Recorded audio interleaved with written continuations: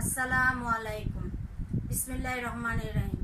Kadamtala Purba Basabo school and কলেজের online ক্লাসে তোমাদের স্বাগত। আজকে আমি নবম ও দশম শ্রেণীর শিক্ষার্থীদের শব্দের শ্রেণী বিভাগ নিয়ে আলোচনা করব। তোমরা সবাই কেমন আছো? আশা করি সবাই ভালো আছো এবং নিরাপদেই আছো। আর আশা করি তোমরা বাসায় বসে সবাই যা আমাদের অনলাইন ক্লাসগুলো দেখছো এবং সে অনুসারেই নিয়মিত লেখাপড়া করে যাচ্ছ। এখন আসো আমরা শব্দের শ্রেণী বিভাগ নিয়ে আলোচনা করব। দেখো, শব্দের শ্রেণী বিভাগ তোমরা তোমাদের বইটা বের করো। তৃতীয় অধ্যায়ের একাদশ পরিচ্ছেদ কি শব্দের শ্রেণী বিভাগ। এই শব্দের শ্রেণী বিভাগটাকে আমরা বিভিন্ন ভাগে ভাগ করে থাকি। যেমন বিভিন্ন দৃষ্টিকোণ থেকে শব্দের শ্রেণী বিভাগ হতে পারে। একটা হচ্ছে কি গঠনমূলক শ্রেণী বিভাগ, দুই হচ্ছে অর্থমূলক শ্রেণী বিভাগ, তিন হচ্ছে উৎসমূলক শ্রেণী বিভাগ। গঠনমূলক শ্রেণী বিভাগকে আবার আমরা কয় ভাগে ভাগ করি? দুই ভাগে। একটি হচ্ছে মৌলিক আর একটি হচ্ছে সাধিত। আর অর্থমূলক শ্রেণী বিভাগকে আমরা ভাগ করি কয় ভাগে? তিন ভাগে। একটি হচ্ছে যৌগিক, রুড়ি এবং যোগ রুড়ো।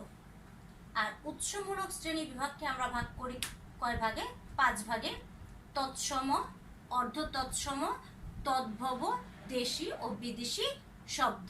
তাহলে আমরা শব্দের শ্রেণী বিভাগ পেয়েছি কত ভাগে?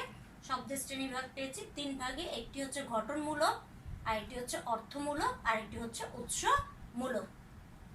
এখন আসো আমি এগুলোর সংজ্ঞা তোমাদেরকে দিচ্ছি। গঠনমূলক শ্রেণী বিভাগ কাকে বলে? একটি হচ্ছে মৌলিক শব্দ। মৌলিক শব্দটা কি? যে শব্দকে বিশ্লেষণ করা যায় না বা ভেঙে আলাদা করা যায় না সেগুলোকে আমরা মৌলিক শব্দ বলি। কি বললাম? যে শব্দগুলোকে কোনোভাবে আর আমরা ভেঙে বিশ্লেষণ করতে পারবো না বা আলাদা করতে পারবো না সেগুলোকে আমরা বলবো মৌলিক শব্দ। যেমন গোলাপ, নাক, লাল, তিন, ফুল ইত্যাদি। এখন তোমরা দেখো, এই যে গোলাপ, এটাকে আমি গো যোগ লাভ বলে কি আলাদা করতে পারছি? পারি নাই। নাক, নয় আকার ক, এটাকে কি ভেঙে আলাদা করা যায়? আলাদা কোনো অর্থ হয়? হয় না। ঠিক সেরকম ভাবে লাল, তিন, ফুল এগুলোকে আর কোনোভাবেই আলাদাও করা যাবে না বা ভেঙে বিশ্লেষণ করা যাবে না। সেজন্য এগুলোকে আমরা বলি মৌলিক শব্দ। তারপর আসো সাধিত শব্দ। সাধিত শব্দ কাকে বলে? যেসব শব্দকে বিশ্লেষণ করা হলে আলাদা অর্থবোধক শব্দ পাওয়া যায় সেগুলোকে সাধিত শব্দ বলে। কি বলেছে? যে শব্দকে বিশ্লেষণ করলে, মানে আমি যখন ভেঙে বিশ্লেষণ করব তখন কি হবে? এগুলোর একটা আলাদা অর্থ দাঁড়াবে, মানে নিজস্ব একটা অর্থ পাওয়া যাবে। সেগুলোকে আমরা বলবো কি? সাধিত শব্দ। সাধারণত একাধিক শব্দের সমাস হলে কিংবা প্রত্যয় বা উপসর্গ যোগ হয়ে সাধিত শব্দ গঠিত হয়। তাহলে সাধিত শব্দ আমরা কিভাবে গঠিত করতে পারি? সমাস, প্রত্যয় বা উপসর্গ যোগে আমরা সাধিত শব্দ গঠন করতে পারি। আমি উদাহরণ দিচ্ছি, দেখো, চাঁদ মুখ। এই যে চাঁদ মুখ কথাটা আমি বলেছি, তার মানে কি? চাঁদের মতো মুখ। এখন দেখি তোমরা বলো যে এটা কিভাবে আমরা ভেঙেছি? চাঁদের মতো মুখ মানে আমার মুখটা দেখতে কিসের মতো? চাঁদের মতো। তাহলে এটা হচ্ছে কি? সমাস। নীল আকাশ, আকাশটা কি? নীল, তাহলে নীল যে আকাশ, এটা হচ্ছে কি? সমাসে সমাস। ডুবুরি, ডুব যুগ উড়ি, এটা কিসের সাহায্যে করেছি আমরা? এটা করেছি প্রত্যয়ের সাহায্যে। ডুব, ডুব হচ্ছে আমার মূল শব্দ আর উড়ি হচ্ছে প্রত্যয়। তাহলে প্রকৃতি আর প্রত্যয় মিলে এটা হয়ে গেছে কি? প্রত্যয় যোগে। চলন্ত, চল যোগ অন্ত, এটাও আমরা অন্ত প্রত্যয় যুক্ত করেছি। চল, চল হচ্ছে আমার ধাতু, ধাতু আর এটা হচ্ছে অন্ত, তাহলে হয়ে গেল চলন্ত। তাহলে এটা হচ্ছে কি? প্রত্যয়ের সাহায্যে। তাহলে এগুলোকে কি করতে পারছি? আমরা ভেঙে বিশ্লেষণ করতে পারছি বা আলাদা করতে পারছি। এরপর আসো প্রশাসন। এই যে প্র যোগ শাসন, তাহলে প্র হচ্ছে কি? আমরা জানি প্র হচ্ছে একটি উপসর্গ, তাহলে এটা হচ্ছে উপসর্গ যোগে। এরপরে আসো গড় মিল। গড় যোগ মিল। গড় হচ্ছে কি আমার উপসর্গ, তাহলে এটাও হচ্ছে উপসর্গ যোগে ইত্যাদি। তাহলে এই যে আমরা কি বললাম, সাধিত শব্দ আমরা কি কিভাবে পেতে পারি, কি কিভাবে ভেঙে বিশ্লেষণ করতে পারি, সমাস, প্রত্যয় বা উপসর্গ যোগ করে আমরা সাধিত শব্দ গঠন করতে পারি।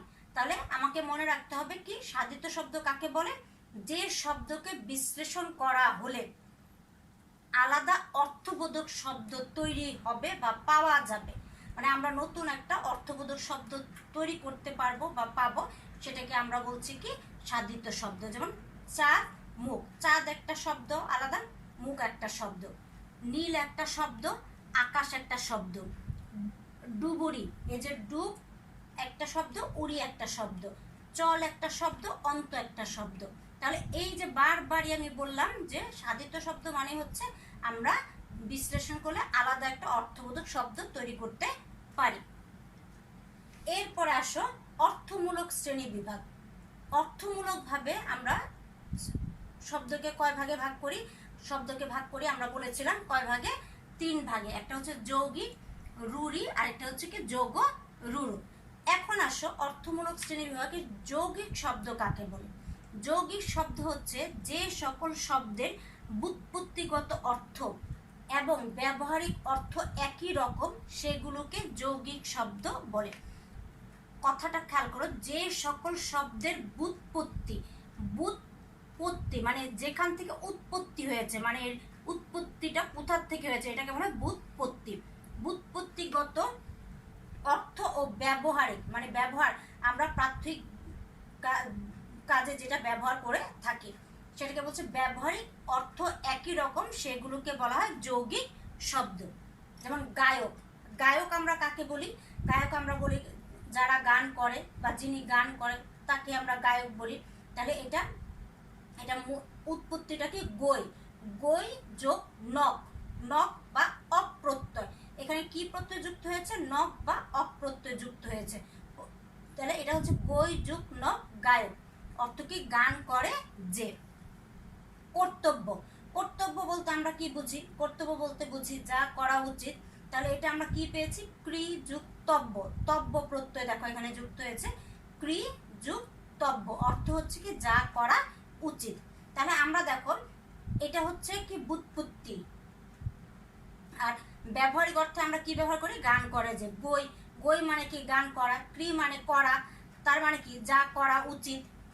বাবু আনা, বাবু যোগ আনা, বাবুর ভাব মানে বাবুর মতো ভাব দেখায় যে। মধুর, মধু যোগ র, এখানে কি মধুর মতো মিষ্টি গুণ যুক্ত বোঝানো হয়েছে, মধু যোগ র, এই যে এখানে আমরা কি যোগ করেছি, মধু একটা শব্দ, র হচ্ছে প্রত্যয়। আচ্ছা, তাহলে যৌগিক শব্দে আমি কি পেয়েছি আরেকটি উদাহরণ, দৌহিদ্র। দৌহিদ্র আমরা কাকে বলি, দৌহিদ্র বলি কাকে, দুহিতা যোগ স্ন, অর্থ কি কন্যার পুত্র বা নাতিকে বোঝানো হয়ে থাকে। তাহলে দুহিতা, দুহিতা মানে হচ্ছে কি কন্যা, আর স্ন এখানে স্ন প্রত্যয় ব্যবহার করা হয়েছে। তাহলে দৌহিদ্র আমরা কাকে বলছি, কন্যার পুত্র বা নাতিকে বলছি। এরপর আসো চিকা মারা, চিকা মারা কি, চিকা যোগ মারা, অর্থ কি দেয়ালের লিখন, এই যে দেয়ালের যে লিখন সেগুলোকে কি বলা হয়, চিকা মারা। তারপর আসো রুড়ি শব্দ, রুড়ি শব্দ কাকে বলে, যে শব্দ প্রত্যয় বা উপসর্গ যোগে, এখানে আমরা কি কি পেয়েছি, প্রত্যয় পেয়েছি আর কি পেয়েছি, উপসর্গ পেয়েছি। তাহলে যে শব্দ প্রত্যয় বা উপসর্গ যোগে মূল শব্দের অর্থের অনুগামী না হয়ে অন্য কোনো বিশিষ্ট অর্থ জ্ঞাপন করে তাকে রুড়ি শব্দ বলে। তাহলে এটা কি হবে, প্রত্যয় বা উপসর্গের যে অর্থ সে অর্থের অনুগামী হবে না, না হয়ে অন্য আরেকটা বিশিষ্ট অর্থ দাঁড়াবে, তাকে আমরা বলবো রুড়ি বা রুড়ো শব্দ। যেমন হস্তি, হস্তি মানে কি হাতি, তাহলে এখানে দেখো এটাকে আমরা যদি ভাঙি, প্রত্যয়গত হিসেবে ভাঙি, তাহলে কি হয়, হস্ত যোগ ইন, ইন প্রত্যয় যুক্ত করা হয়েছে। তাহলে হস্ত অর্থ কি, হস্ত অর্থ হচ্ছে হস্ত আছে যার, মানে হাত আছে যার, কিন্তু হস্তি বলতে আমরা কি বুঝি, হস্তি বলতে আমরা একটি পশুকে বুঝি, মানে হাতিকে বুঝি। তাহলে হস্তি কে যখন আমরা ভাঙলাম প্রত্যয়গত ভাবে, তখন কি হস্ত যোগ ইন, তখন কি হাতি হলো? হলো না। হস্ত মানে কি? যার হাত আছে। কিন্তু হস্তি বলতে আমরা কাকে বুঝি? হস্তি বলতে আমরা একটা পশুকে বুঝে থাকি, মানে হাতিকে বুঝে থাকি। এরপর আসো গবেষণা। গবেষণা দেখো, আমরা যদি ভেঙে বিশ্লেষণ করি তাহলে কি হয়? গো যুগ এষণা। অর্থ কি? গো মানে গরু, আর এষণা মানে খোঁজা, তাহলে অর্থ দাঁড়াচ্ছে গরু খোঁজা। তাহলে গবেষণা অর্থ কি গরু খোঁজা? কখনোই না। তাহলে গবেষণা অর্থ কি? গবেষণা অর্থ হচ্ছে ব্যাপক অধ্যয়ন বা পর্যালোচনা। তাহলে গবেষণা বলতে আমরা কি বুঝি? ব্যাপক অধ্যয়ন করা ও পর্যালোচনা করাকে আমরা গবেষণা বলে থাকি। এরপরে আসো বাঁশি। বাঁশি বললেই আমরা বুঝি একটি বাদ্যযন্ত্রকে বোঝানো হয়। তাহলে বাঁশি দিয়ে তৈরি যে কোনো বস্তু নয়, বাঁশ দিয়ে তৈরি যে কোনো বস্তু নয়। তাহলে বাঁশ দিয়ে তো আমরা অনেক কিছু তৈরি করে থাকি, তাহলে সবগুলোকে কি আমরা বাঁশি বলতে পারি? বলতে পারি না। বাঁশি বলি কাকে? যেটা একটা বিশেষ বাদ্যযন্ত্রকে আমরা বাঁশি বলে থাকি। এরপর আসো কি তৈল। তৈল দেখো, শুধু তিলজাত স্নেহ পদার্থ নয়, শুধু তিল থেকে তিলজাত স্নেহ পদার্থ তাকে কি আমরা তেল বলবো? কখনোই না। শব্দটি যে কোনো উদ্ভিজ পদার্থজাত স্নেহ পদার্থকে বোঝায়, যেমন বাদাম, তৈল। তাহলে কি বলেছে? যে শুধু তিলজাত স্নেহ পদার্থই হবে না, এখানে উদ্ভিজজাত যে পদার্থ আছে সেটাকে আমরা কি বুঝবো? তৈল বুঝতে পারি, যেমন বাদাম, তৈল। তাহলে বাদাম কি একটা উদ্ভিজ। এরপর আসো প্রবীণ। প্রবীণ কথাটা বলতেই আমরা বুঝি প্র মানে হচ্ছে প্রকৃষ্ট, বীণ মানে হচ্ছে বীণা। তার মানে কি? তার মানে কি প্রবীণ মানে যে প্রকৃষ্ট রূপে বীণা বাজাতে পারে?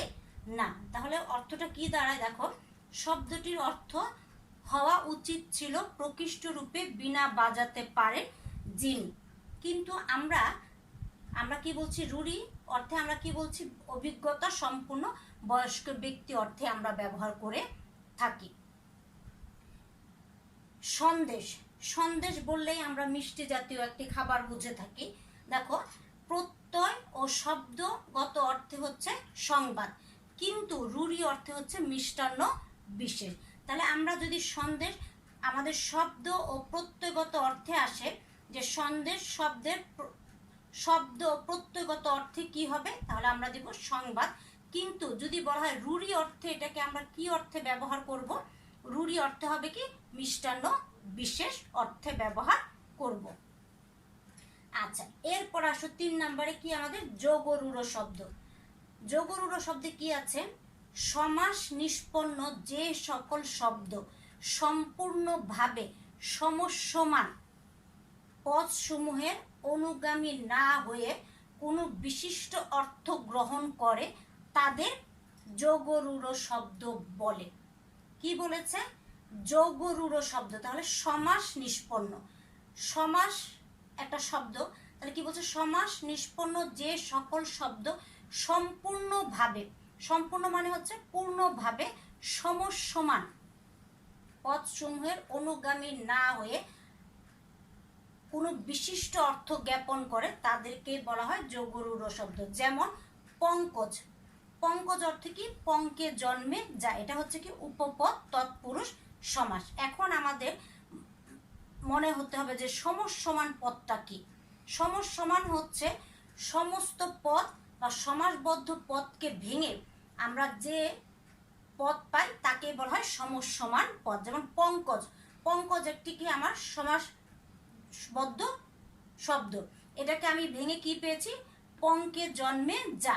তাহলে পঙ্কে জন্মে যা, এটাই হচ্ছে আমার সমসমান পদ।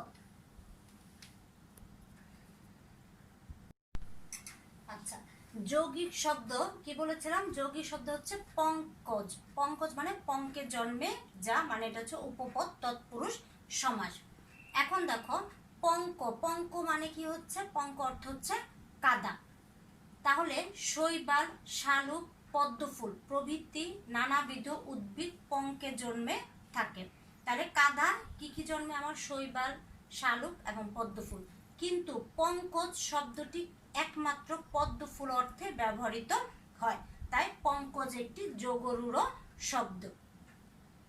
রাজপুত, রাজপুত দেখো রাজার পুত্র, অর্থ পরিত্যাগ করে কি হয়ে যায়, যোগরূঢ় অর্থ হিসেবে আমরা ব্যবহার করি কি, জাতি বিশেষ। তাহলে রাজপুত বলতে আমরা রাজার পুত্রকে বুঝি না, কি বুঝতে পারছি, একটা জাতি বিশেষকে বুঝতে পারছি।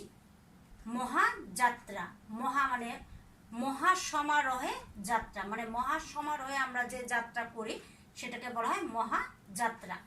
কিন্তু দেখো অর্থ পরিত্যাগ করে যোগরূঢ় অর্থ হিসেবে দাঁড়িয়েছে কি, মৃত্যু। তাহলে যদি আমাদের বলে মহাযাত্রা যোগরূঢ় অর্থে কি হবে, মৃত্যু অর্থে ব্যবহৃত হবে, ব্যবহৃত হয়ে থাকে। জলধি, জলধি কি, জল ধারণ করে এমন, অর্থ পরিত্যাগ করে কেবলমাত্র সমুদ্র অর্থে ব্যবহৃত হয়। তাহলে জলধিটা আমরা কি অর্থে ব্যবহার করব, সমুদ্র অর্থে ব্যবহার করব, কিন্তু এটা সমাস অর্থে কি দাঁড়ায়, জল ধারণ করে এমন অর্থে দাঁড়ায়।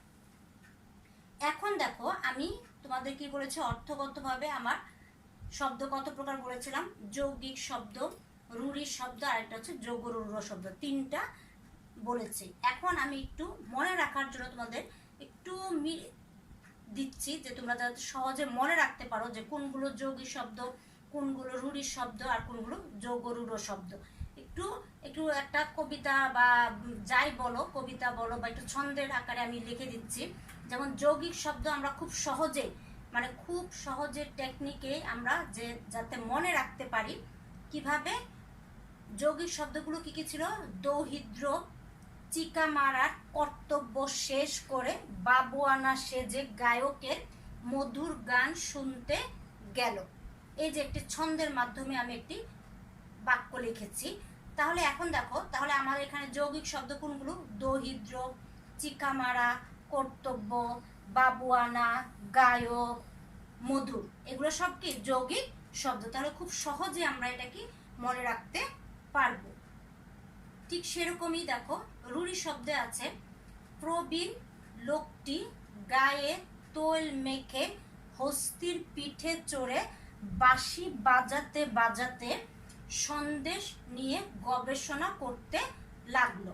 তাহলে আমরা রূঢ়ি শব্দগুলো কি কি পেয়েছিলাম, প্রবীণ, তৈল, হস্তি, বাঁশি, সন্দেশ, গবেষণা। তাহলে এই লাইনটা যদি আমি মুখস্থ রাখতে পারি তাহলে আমার মনে থাকবে যে কোনগুলো রূঢ়ি শব্দ। এরপর আসো যোগরূঢ় শব্দ। যোগরূঢ় শব্দ ঠিক সে একই রকম, রাজপুত্র মহাযাত্রার উদ্দেশ্যে পঙ্কজ হাতে জলধিতে ডুব দিল। তাহলে রাজপুত আমরা পেয়েছি যোগরূঢ় শব্দ, মহাযাত্রা যোগরূঢ় শব্দ, পঙ্কজ যোগরূঢ় শব্দ, জলধি যোগরূঢ় শব্দ। তাহলে এগুলো হচ্ছে কি আমার যোগরূঢ় শব্দ। তাহলে এই লাইনটা যদি আমি মুখস্থ করে রাখতে পারি বা মনে রাখতে পারি তাহলে আমার মনে থাকবে যে কোনটি আমার যোগরূঢ় শব্দ। তাহলে আমি আবারও বলছি যে রাজপুত্র মহাযাত্রার উদ্দেশ্যে পঙ্কজ হাতে জলধিতে ডুব দিল। পঙ্কজ মানে কি আমরা জানি পদ্ম ফুল, তাহলে পদ্ম ফুল হাতে নিয়ে সে কি করলো, জলধি, জলধি মানে হচ্ছে সমুদ্রতে ডুব দিল। তাহলে এইভাবে যদি আমরা একটু কৌশল করে পড়ি তাহলে আমাদের খুব সহজে মনে থাকবে যে কোনটি যৌগিক শব্দ, কোনটি রূঢ়ি শব্দ, আর কোনটি যোগরূঢ় শব্দ। আর এরপরে আমাদের ছিল কি উৎসগত শব্দের শ্রেণী বিভাগ। উৎসগত শব্দের শ্রেণী বিভাগটা আমাদের বইয়ের প্রথম অধ্যায়ে শব্দের উৎপত্তি এবং উৎসগত অর্থে আমরা পেয়েছিলাম। আগামীতে আমি আশা করি তোমাদের সেই শব্দের শ্রেণী বিভাগটা নিয়ে আলোচনা করব। আজকে তোমাদের সাথে আমার শব্দের শ্রেণী বিভাগ ক্লাসের এই পর্যন্তই। আশা করি তোমরা সবাই ভালো থাকবে এবং নিরাপদে থাকবে এবং সুস্থ থাকবে। আসসালামু আলাইকুম।